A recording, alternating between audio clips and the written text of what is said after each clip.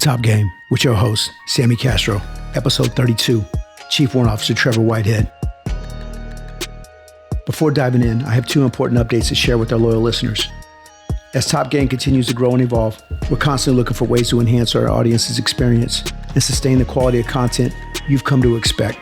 To achieve this, I'm introducing a new paid subscription model. Full access to future Top Game episodes, including this one, will be available exclusively to subscribers. I've set this at an affordable rate of $4.99 per month, or take the yearly option at $49.99, offering savings and ensures you don't miss out on any episodes. As a subscriber, you'll get more than just full episodes. I'm talking about a range of bonus materials, exclusive content, and unique features only available to the subscriber community. This is my way of adding more value and giving back to those who choose to support the podcast. I understand this is a shift from how I've operated in the past, and that's why I'm going to continue to provide a free, truncated version of each episode. This way, you can still enjoy some of the insightful conversations and stories that Top Game brings. Making this change was not an easy decision, but it's necessary to ensure that we keep producing the high-quality, insightful content you love. Your support as a subscriber will directly contribute to the growth and sustainability of this podcast. For the time being, subscriptions will be handled exclusively through Apple via the podcast application. As I gain insight into the metrics and impact, we'll continue the next steps for Android and other platforms such as Spotify, Podbean, Buzzsprout, and YouTube. I appreciate your understanding and support as we embark on this new chapter together. Further, there's another exciting announcement I'd like to share with you. I'm expanding our podcast family. I'm thrilled to introduce the upcoming podcast show under development titled Rules of Engagement, which I'll be co-hosting with my wife, Elizabeth. Rules of Engagement will be a unique and intimate podcast series focusing on the lives and experiences of military families.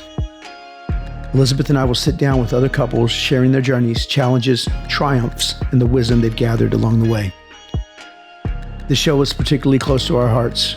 We understand the unique dynamics and challenges of military family life, and through Rules of Engagement, we aim to bring those stories to the forefront. It's about honest conversations, heartfelt experiences, and a community of families sharing this unique military life bond. So whether you're part of a military family, know someone who is, or simply interested in the untold stories behind the uniform, Rules of Engagement will offer a window into this world. Stay tuned for more updates on the ROE launch. I can't wait to share this new journey with you. Moving on. In today's episode, we're going beyond the surface to explore the intricate layers of military life and leadership. Chief Warrant Officer Whitehead brings a wealth of experience from his extensive career in signals intelligence and electromagnetic warfare, particularly within the special operations community. His insights offer a unique perspective on the evolving nature of modern warfare and the indispensable role of technology and intelligence. But this conversation isn't just about the technical aspects of military operations.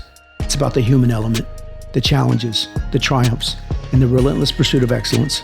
We delve into the importance of mentorship and the art of leadership, drawing parallels between personal experiences and broader lessons that apply to all service members.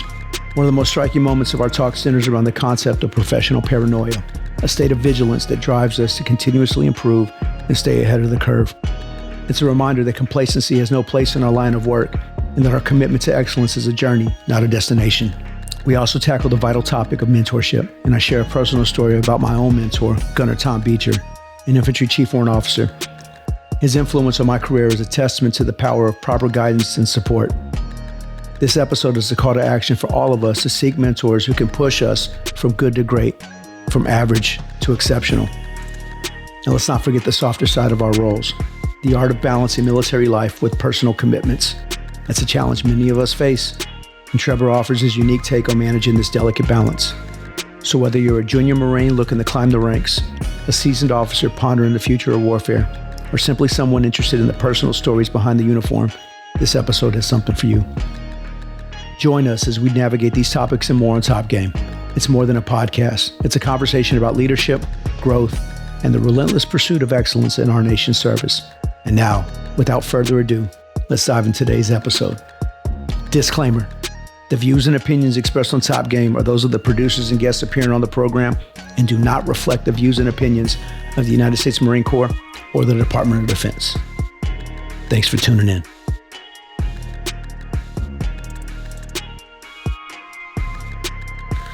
So you got kids coming home from school in a little bit, or what? My boy? Yeah.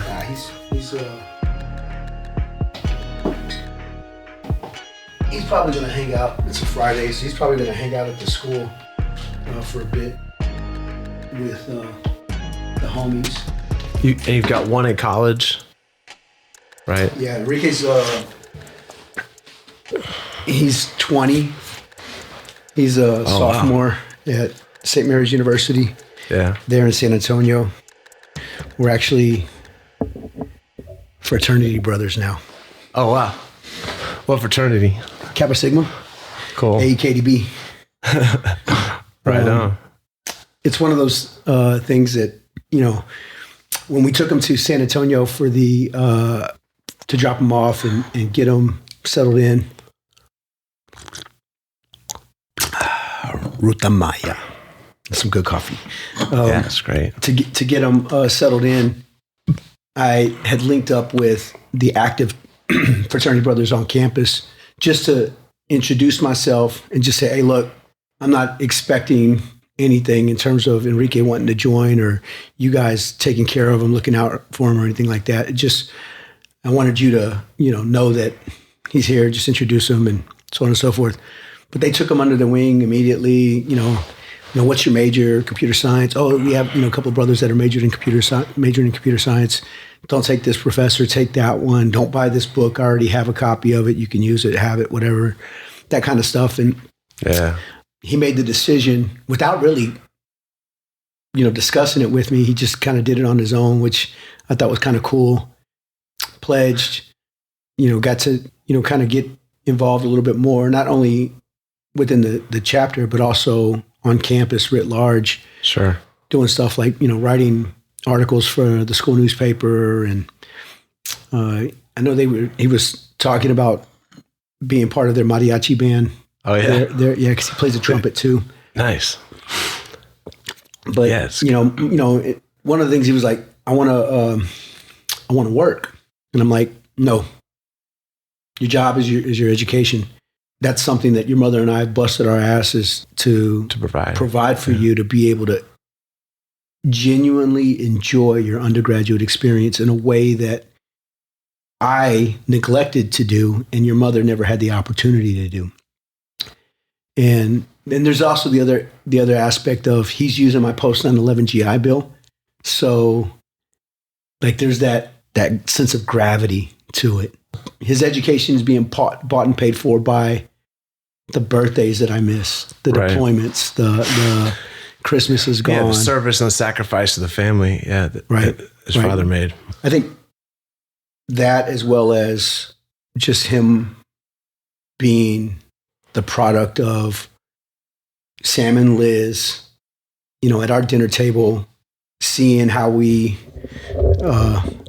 maneuver through the environment, no matter where we go. And like I was talking about last night with Cherubini, our deliberate effort to place roots down wherever we go. He's dropping his roots,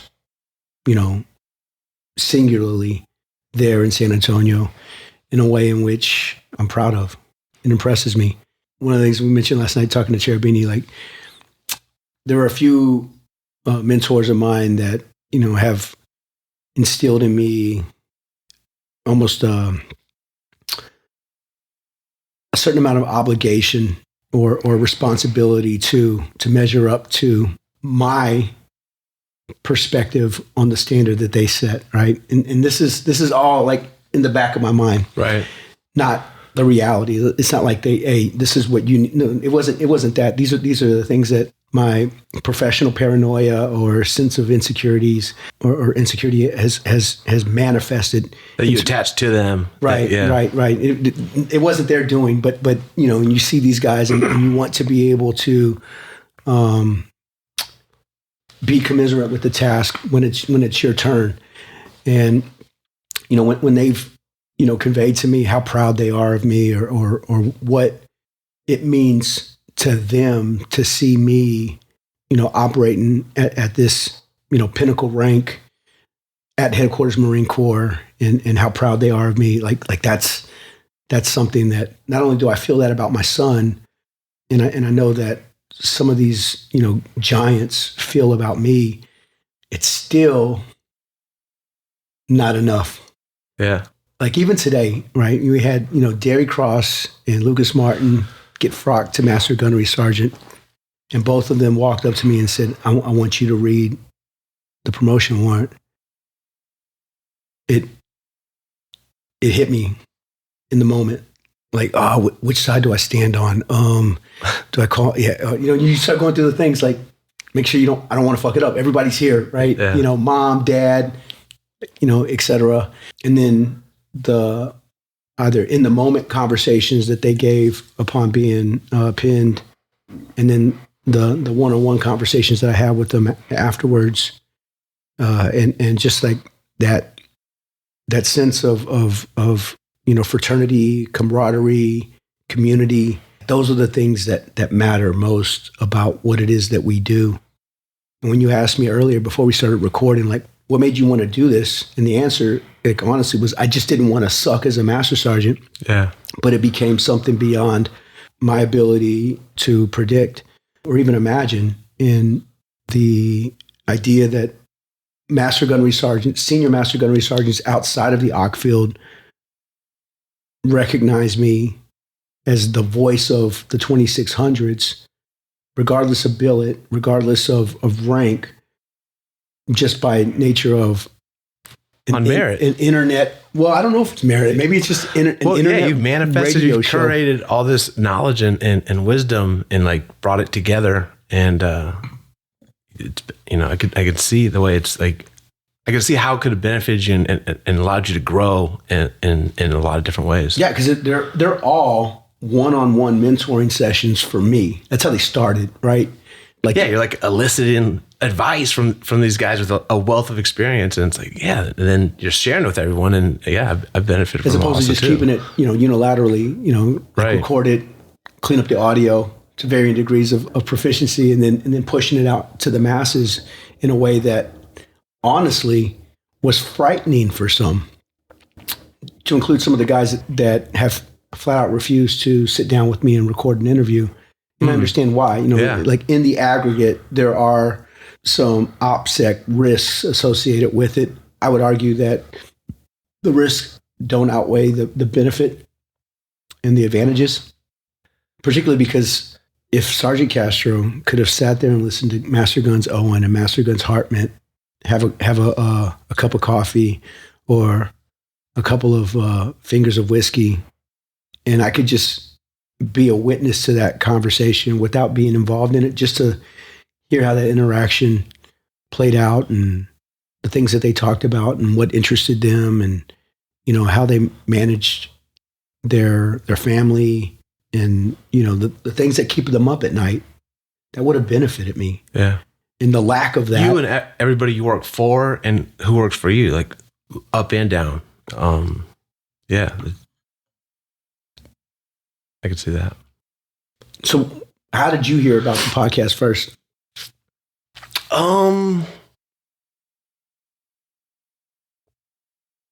Jason Edlin. Yeah. I was on the West Coast at MARSOC, and he had mentioned it in a conversation. He's like, something about podcast. And I was like, what are you talking about? He's like, yeah, we 2600s have a podcast. And I was like, that's silly. Like, who's doing that? Like, that's like a radical idea. Like, we are silent professionals, like, who's doing that? I don't know about that. I'm like pretty skeptical.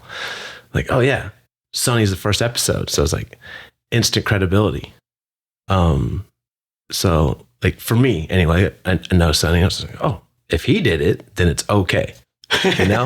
Like for me, I was like, okay. Said no one ever. Yeah, if he did it, I was like, if he did it, like, I value his opinion.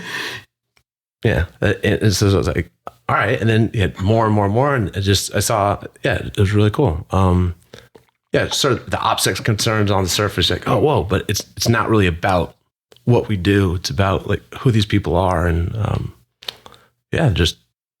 And it was Rich Dudo that explained to me that there's also a historical component to it in terms of capturing audio biographies or just insights in terms of like some of the movers and shakers within the ARC field. And I mentioned this to Nate Bailey a couple of nights ago when I interviewed him. It was like, there is a perception that I've attempted to suppress at every opportunity when I encounter it, that it's a kingmaker type thing, like somebody's on it, they're in, or that there's a club or anything of the sort. And that's... I think you've spread it around. I've tried to, right? To quite a bit, yeah. But a lot of that is determined by who feels comfortable with putting themselves out there. And one of the criticisms that I've gotten is that I don't have any females on, and there are a lot of female Marines that I've asked. You've had females on? Yes, but this is before that. Okay. There were a lot of female Marines that I've asked to participate, but they've declined, and I understand why. Right? The game is different for them than it is for us. Sure. And as such, they adapt to it in a way that forces them to conceal any perceived weaknesses. They're very guarded. Not all, but enough. Yeah, I mean, guys do the same thing. Yeah, true.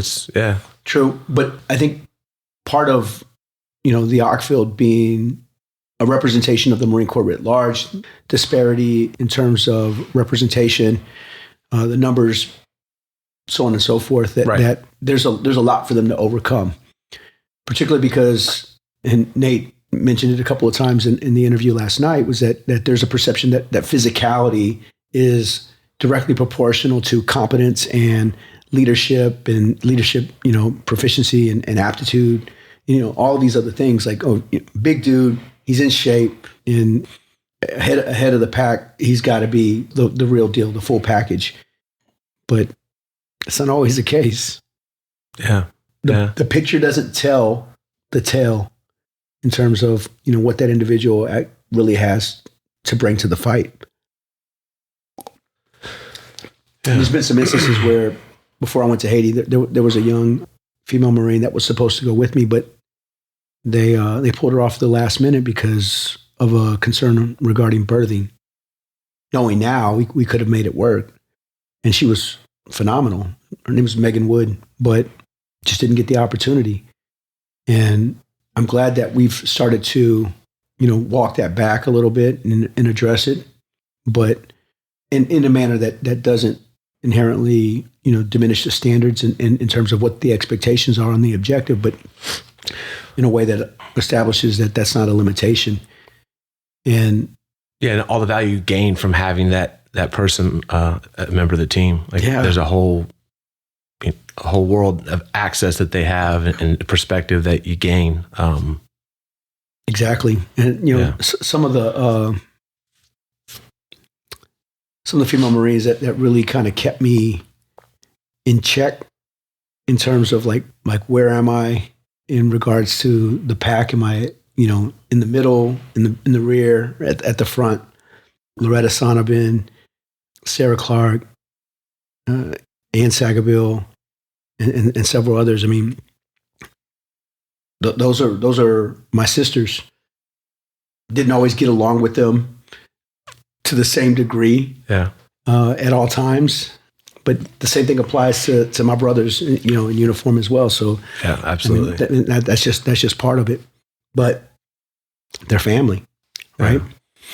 Yeah. And woe be to the individual that crosses them in front of me, particularly if they're not in the wrong. But maybe even if they are, right? Because I mean, there's something to that. Yeah, loyalty. We go down together. Yeah. In this past week, this conference where it is, to an extent, kind of like a family reunion, you meet family members that you'd never met before. Mm-hmm. Cousins, 3 times removed. And you and I have never actually met in person, as far as I can understand. No, this week, as far as I remember. First time I've ever seen you. But you mentioned that you felt like you knew me. Yeah. Based upon, listening to the majority of the content that I've released. Yeah, you've had long conversations with people I know very well, and that just by extension, I feel like I know you. Did you learn anything about some of the guests in the past that you didn't know? Oh, sure. Like, what are some of the things that stuck out to you? Like, as far as the episodes, yeah, like I did not know that about Kyle or Sean or.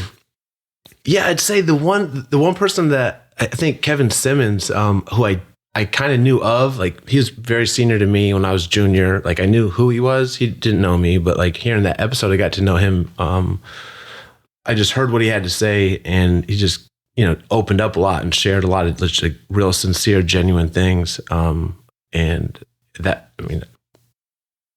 that was eye opening to me, and just like kind of refreshing to hear someone be that open. Yeah. I told him it was like he bared his soul. He did on that. Yeah, it came through on that interview. It was tough to do. It wasn't my toughest interview. It was probably one of the more fun ones because it was still kind of new. We were still kind of figuring it out. It was one of the hotels there on K-Bay. Okay. On the lodging spots, but yeah, just using a Yeti mic in between us in bi-directional mode, we captured the essence of the content of our discussion. Like we knew each other, I guess maybe in a passing fashion at DLI, but never had the opportunity to link up. And it was when I showed up as an evaluator for their McCree at the battalion from Oki, and I realized he was completely running the show. And so I told Burke, the chief officer that I was with, and I said, I'm going to shadow this guy because he's making it all happen. And I'm going to see what goes into a battalion effects, at this scale. Yeah. And I quickly realized he's doing it all and doesn't even want to ask for help. And I asked him, like, why the fuck are you doing it this way? You're like, I'm not like trying to criticize. I'm just asking. Yeah. And in Kevin fashion, I could just hear like the diatribe of epithets and profanity spewing from his mouth.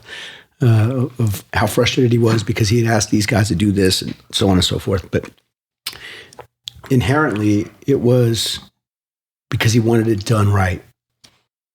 And for me, as a junior master sergeant, in that role, hearing that reminded me or reinforced the concept of growing your circle and preparing the guys and gals to the left and right of you and the ones that are working, just, beneath you to be able to step up and take those increasing levels of responsibility. So would you say by him, like doing it all, was he setting the examples to make sure that the people below him understood what right looked like? Or do you think that he wasn't giving them the opportunity to grow and make the mistakes that were going to happen? I think part of it was because he wasn't in the companies, he was in the ops section. Mm-hmm. He was doing some of the behind the scenes coordination things that required his level of awareness, understanding, connectivity, aggression, initiative to be able to make happen. Okay.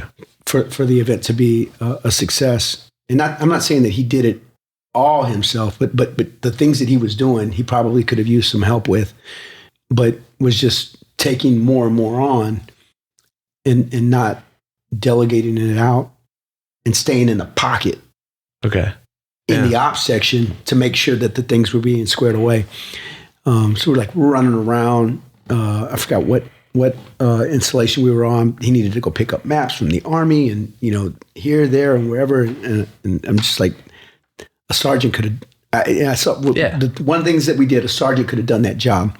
Right. But I'm on the way. I can do this, and let's go get a haircut, kind of thing. And okay, but more than anything, it gave me time to get to know him. But it was a reminder that I too am guilty of the same thing that I saw in him at many points in my career, to include here at Headquarters Marine Corps. I've been asked at least 40 times this week, like, when are we getting more content, more interviews? And I was honest. I mean, some of it was I needed some time to figure out what it is to be a master sergeant at the Pentagon in Headquarters Marine Corps in IMD. I hear it. Integration Support Branch. And force design is its own level of chaos. Arguably a limited amount of chaos. It's a controlled chaos. Understanding my role, not on the intel side of DCI, but on the information maneuver side, and having to kind of recalibrate my understanding of what the need is going forward in terms of sense makes sense, detect versus collect, intercept, decrypt, like those action verbs that matter, right? Because there's legal, moral, and ethical implications to them in terms of, can we do that? Can we do that well? Yeah. Can we do that to the degree of effectiveness necessary in the future operational environment? And as these IPTs and working groups concluded and the output is released, and there are these hypotheses of our occupational field's role going forward, someone has to validate that. And in the wargaming and the experimentation and the exercises to validate that, McWill has a lead, but they don't have the subject matter expertise in sufficient quantities to be able to arrive at a valid conclusion. And that's kind of where I had inserted myself in almost invasively. It caused some friction with my leadership at the Pentagon sometimes, but never with my colonel, Jordan Walzer. And his thing to me was, what needs to get done. We brought you from Okinawa for a reason. What needs to get done. You're never going to hear me tell you, no, that's not your thing. And so I took that and I ran with it, right?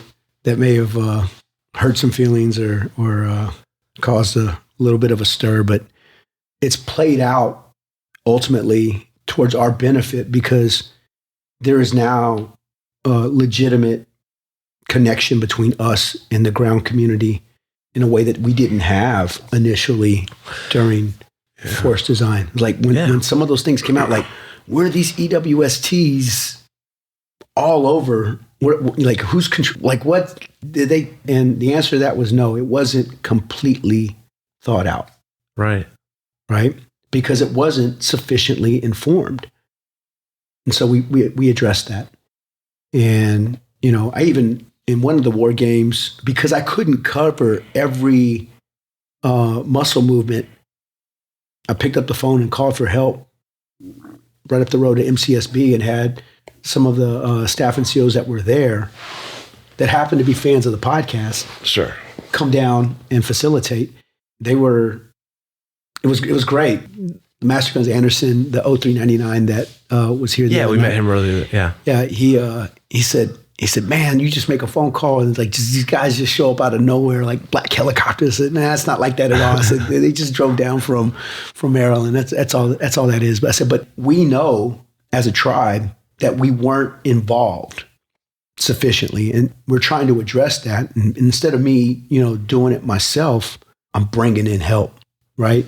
Cool. In a way that I learned from watching Kevin Simmons' bad example when he was doing his McCree, right? And not to pick on him, but I could say anything I want about Kevin.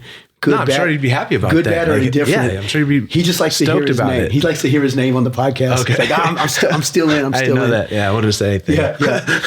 But there's something else that he said to me once, and I've said it around others, and it's permeated throughout the information environment wearing my DCI hat. Right? It's that I'm tired of working for people I would fire. There's no fat on that statement, but So Kevin's still with us. In that way, those 2600s, those staff and CEOs that came down to support that war game, they gained some insight and interaction with the ground community that they wouldn't have had the opportunity without me serving as a linchpin to connect them to that effort. Right. The effort itself, run by McWill, would not have had that level of subject matter expertise present to inform their conclusions. Without the network established. Right. Sure. But it goes back to like the strength of the tribe is that we strengthen our tribe. And I'm a huge Kipling fan. The strength of the wolf is the pack. The strength of the pack is the wolf. But there's a requirement for us to serve as, outside of the wolf and the Mowgli thing. Sometimes you got to be a Bagheera. Sometimes you got to be a Baloo, right? And knowing what's needed, where and when, is some of the, I guess, the artistic side of leadership and mentoring and growing your circle, so that if I, heaven forbid, kick over from an aneurysm tonight, someone's there to pick it up and run with it. Right. And these conversations are just artifacts, like a Jedi holocron that someone can pick up and put in their toolkit, or talk shit about, like, I don't know what the fuck he meant when he said that. Like, that makes no sense whatsoever. I disagree or dislike, whatever, unfollow, block, you name it. But I'm okay with that, right? Because I've accepted a long time ago that in this thing of ours, I am a perpetual novice. Just like, yeah. That resonates with me, definitely. Yeah. Having to learn on the fly from the juniors. Yeah, senior guy once told me, he's like, you're always a boot. You're always a boot. Yep. Until you're too salty and irrelevant. And there's no in between. Like, you're just always learning, always inexperienced, continue to learn. And once you think you're too salty and know everything, like, you're irrelevant. I was like, yeah. So where are you at right now? You're at sorry, duty station? Yep. Oh, 29 Palms at TTECG, Tactical Training Exercise Control Group. So it's like SOTG on steroids. Yeah, service level training exercise program. So we do service level exercises a couple times a year, and regiment on regiment, and all the 400 series ranges out there. And, have you ever been at 29 Palms? Never. Me neither, until I checked in July 12th, and it's 118 degrees, and it cools down to 110. My wife's crying for 3 weeks. So like, oh, it really does suck here. I'm like, yeah, it's pretty miserable. Summers are hot. But yeah. So, now that summer's over, we're good. But yeah, it's hot in the summer. So yeah. So 29 Palms. Are there any advantages of it? Yeah, I've got a totally different perspective. It's hard to say. So I just graduated warrant officer basic course in last May, and this is my first duty station. So I'm making the transition from being a senior gunny to a WO, and I'm there. I don't have any fellow WOs. Like, normal track is you go to a radio battalion. You got other chief warrant officers around to help make you transition, cut your teeth as a WO, and I don't have that there, but I get to see the whole force come through, all the IBXs come through, work very closely with the infantry, and see different radio battalions and DETs come through. So it's a pretty cool spot. We've got a lot of autonomy, we've got a decent sized budget. There's a lot we can do out there. Can't do it all, but I like it so far. In your interaction with the grunt community, what's their perspective or perception of our OC field as you've seen it? It varies. For the most part, there's just a big knowledge gap. As Master Guns Anderson was saying, like, early, he's like, we got an education gap. We don't understand it.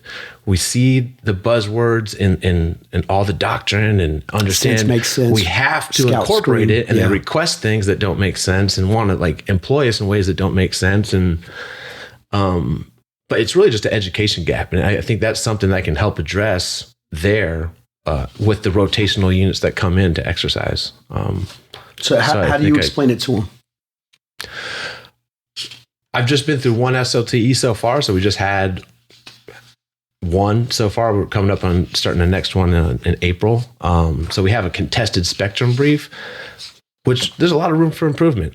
We kind of explained some general principles about EW, but I think we could do a whole lot better. I think there's just a lot of need, a big need for us to expand the education piece. So if I may, I would start with more than just contested. I would also incorporate congested and constrained in there. Oh, yeah. Right. So I took my first SLTE as in my orient phase. Like I'm checking in, I'm going to orient myself. I want to see this exercise and how it's done. I'm not going to come in here and break everything and change it around before I understand what we're doing here first. So that was my orientation phase. And now we've got some ideas going forward of how to improve it and just the right track, as long as the community kind of agreed on the way we should go with it. We got some buy-in. So I think like this week was really productive and helped me kind of validate the direction that we need to go. What was one of the main takeaways that you got this week in the interaction with the rest of the tribe? I was kind of surprised how informal it was. This is my first one, so my first experience. So it seemed like there's a lot of decisions, like major decisions that got made in a pretty informal manner. Like people just kind of came together and voted, and were like, wait, are you qualified to vote? Like, who's voting for this? And just kind of like a, consensus. We're like, all right, there's a lot of, agreeance on some pretty big changes. If even 30% of that stuff happens, I think we had a huge win. I think that's just a massive win for our community. If even just 30% of the stuff that Deuce wrote down happens. Well, so the way that it works is it still has to be staffed, but we can make our recommendations going forward as an OC field. And in certain aspects, it would be CE info, CE intel that would make those recommendations. So I'm learning about all that now, and that's confusing. I'm like, wait a minute. It's confusing to me. And I've been here for 2 years. Yeah. Right? And I'm just learning. I was like, how come it's set up this way? Like this? Yeah. So that was just a learning curve that I'm learning on the fly, as I'm going. I didn't go to, there's a 2602 course. I didn't go to it. It just didn't happen last year. It was funding or something. But I was just like, I'm just trial by fire, just learn as I go. Yeah, I caused a little bit of a stir. I made a recommendation that when they were trying to do the pilot for that course, to just include some of the staff and COs that they had there on staff, since they're part of the target population description anyway. Yeah, when Richie and Richie, Liam, Stockton, and Craig Casipe, they were developing that course, and they'd come in. I was working in the company guns in the office, and they'd come in from time to time, like, "Hey, Treb, do you know about pick a thing?" And I'd be like, "I've never heard of that." And they're like, "Okay, write it down. We need to include that." So that some of that stuff, but I agree. Yeah. Because what's different between a 2602 course and a 2691 course? I've heard that argument a couple of times, and there's got to be differences. Then why do we have a different MOS for it? So it's there are differences, I'd imagine. There's just different work roles that each of us fill. But I think there are some, knowledge common to all that we need to be on the same page on. So I agree with you. There's probably a lot of common. So when the units are rotating through, are they bringing their own enablers with them in terms of? Yeah, 100%. So as far as TTE CG is concerned, we just do the exercise control, and it's supposed to be a realistic exercise. So whatever capability that you as the exercise force bring, that's what we'll facilitate.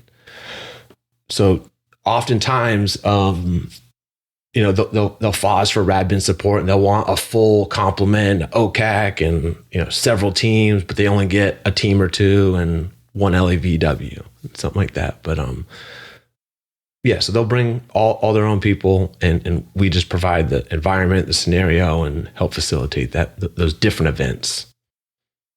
And who's doing the spectrum management for you guys? Is that someone else? You have to put in requests for? Yeah, we got a spectrum manager. We got a standing EWEA request that goes every year. So we can just, as easy as calling on the radio, we turn on a window. We have pre-approved places in spectrum that we can do EA. That's a pretty unique venue that we have out there as far as like that range. Is there a systems approach to training that you guys have implemented in terms of the instructional system design process? None of that? No. None of that? None of that. What I would offer is that you avoid the Sammy Castro, Kevin Simmons mindset of trying to create everything on your own. I had to develop a brief recently for the 0399 Ground Ops Chief Symposium. So it's every 0399 across the fleet. May not necessarily have to be in a key billet. We're invited to attend. Some were virtual. There was a lot present. I walk in as the only SIGINT guy in the room. A bunch of grunts, and I felt so at home. Andy Anderson was talking me up the whole week, like, Sammy's going to be here. He's going to talk about information and multi-domain and spectrum warfare maneuver. Like he's like talking it all up, and sometimes gumming up some of the buzzwords and acronyms and definitions, but it doesn't matter. So I show up. I got 16 slides in my back pocket. I throw them up on the overhead. I'm like, this shit behind me doesn't matter. What matters is, what questions do you have about the growth, the expansion of these teams into your formations, regardless of how we settle on ComRel or direct, mutual, general support, whatever. What do you want to know? And we started from there. And the first question was, are we going to get in trouble for talking about this, in this environment? I'm like, no. Next question. Right? I'm running a Mark Echo 9 cross-domain solution in real time right now. I'm taking everything from up here and putting it down to the unclass level. Okay. Right here in my brain housing group. Let's get to it. Yeah. You're rehearsed in that. You can do that. Yeah. And so we're chopping it up and we're going back and forth. I don't sit up at the front. I get out and maneuver through them, in between them, around them. Guy asked a question. How come? Yeah. So what kind of questions were they interested in? Like, what'd you get? Like, how do we use them? Where's the concept of employment? Where, what gear they have? What does this gear represent? How do you provide security for an organization such as this? Can they? What's the range on your equipment? Yeah. Right? Yeah. Did you get that? Yeah, of course. And I told him, it all matters. And it all depends, but it's based on physics. There's a physical component to the electromagnetic spectrum, even though you can't see it, touch it, taste it. Yeah. You can feel it, right? Yeah. grab the antenna of an HF radio. Oh, yeah, sure. When it's on high power and keyed up, right? You'll feel it. But part of it was just kind of getting them to overcome their fear and uncertainty in terms of what this represents, what this means. Introduce them to the idea that we may have to operate to know. And they're like, what do you mean by that? I mean that the main thing may be the sensors and the capabilities that these guys bring to the fight for your entire unit. We're going to have to be okay with that. Not all the time, but sometime. And if we're positing ourselves as a warfighting service organization to be a sensor capability, conducting reconnaissance and counter reconnaissance forward in austere locations as a forlorn hope, that's going to be hard. Yeah. Did you see the commandant's comments? I think it was early this week, or maybe last week. I forget the speech, but someone showed me a video clip, and he said that sensing may be more important than lethality. Those words came from his mouth. Sensing for us, but the system still has to retain that lethality. And by that, I mean, we don't fight alone, right?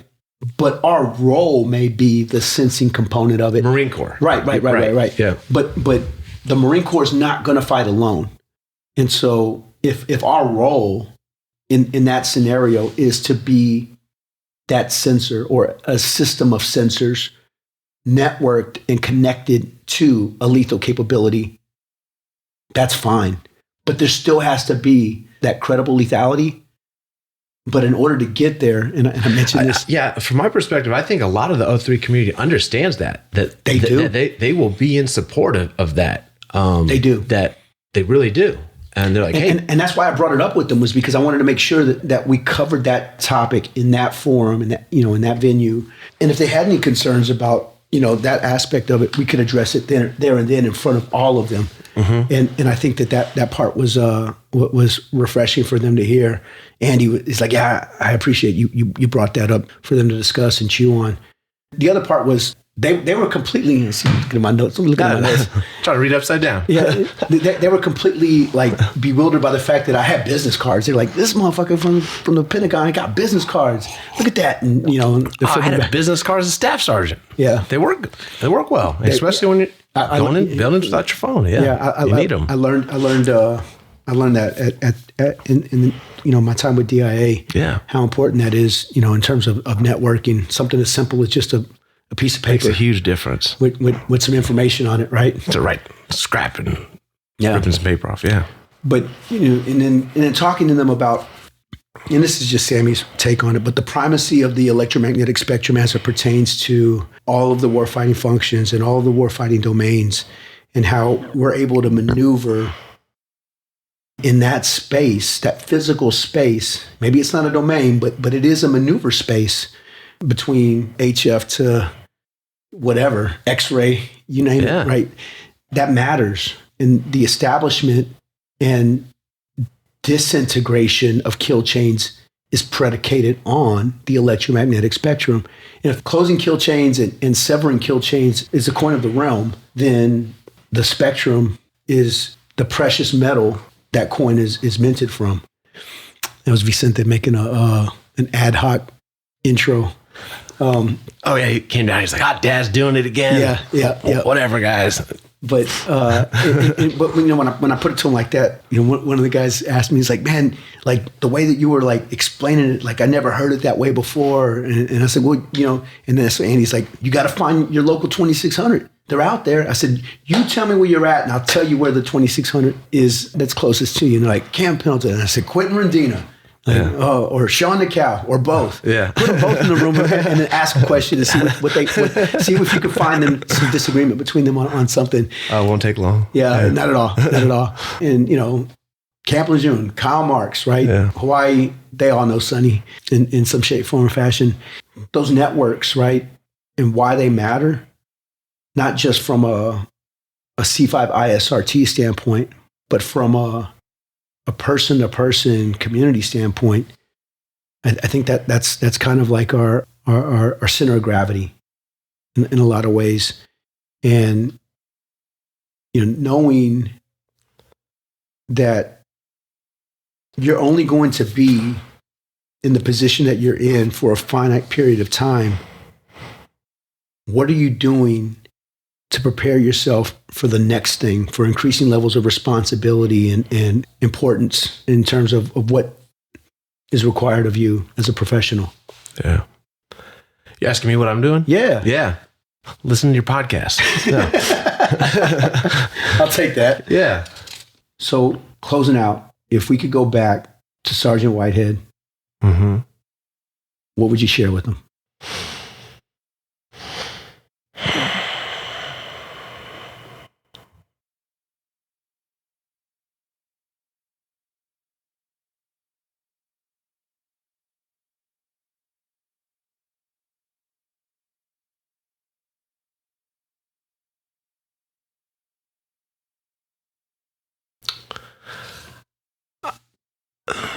There's a lot, I'd say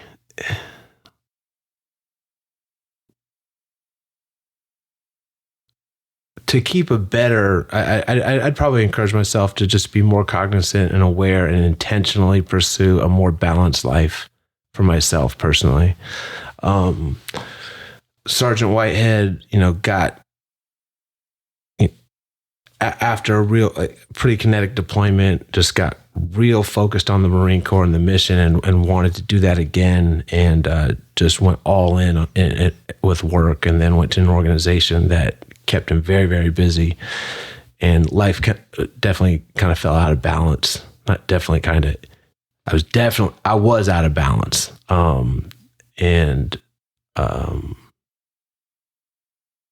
a few years, removed from that, I could just, if I would more intentionally go in there, if I could do it again, I'd have a more concerted effort of pursuing, maintaining the hobbies that I have, pursuing just taking care of myself personally, and then,